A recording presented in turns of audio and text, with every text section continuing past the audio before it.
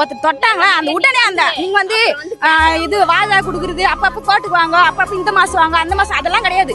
ஒரு தப்பு அந்த பொண்ணு சாவுதுல அந்த உயிர் அப்பதானே போகுது. ஒரு மாசம் கழிச்சு அந்த உயிர் போகுது உடனே அந்த உயிர் போறதுக்கு அந்த பதில் அவங்களுக்கு அப்படியே கிடைக்கணும். அப்பதான் இன்னொருத்தர் வந்து இன்னொரு பொண்ணு தொடறதுக்கோ இல்ல பாக்குறதுக்கு பயப்படுவாங்க. அந்த தண்டனையே கிடையாது. இந்த தமிழ்நாட்டுல தண்டனையே கிடையாது. பொண்ணுங்களுக்கு ஒரு தப்பு நடந்தா அந்த தண்டனையே கிடையாது. அந்த தண்டனை ஒரு தண்டனை ஒருத்தரை கொடுக்க சொல்லுங்க.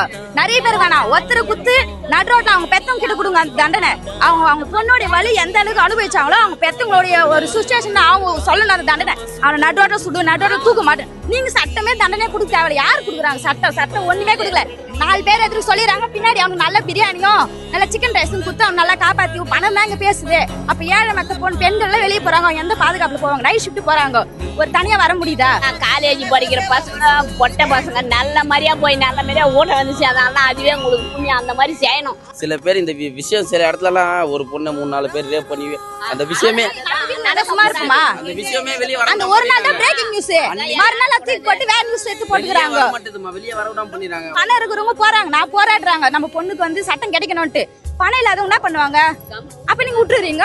அது ஒரு வாரம் அந்த பிரேக்கிங் நியூஸ், அதோட இன்னொரு நியூஸ் அப்படியே போயிருங்க. அப்ப அந்த பொண்ணோட என்ன அந்த பொண்ணு பாவம் மனுச்சு. ஒரு நாள்ல நீ நியூஸ் போய் ஒரு 5 நிமிஷம் நியூஸ் பார்க்க முடியாது. சின்ன குழந்தை வெளிய விட முடியல. அவனுக்குள்ள இருக்கிற அந்த வெறி யாருக்கு தெரியுது?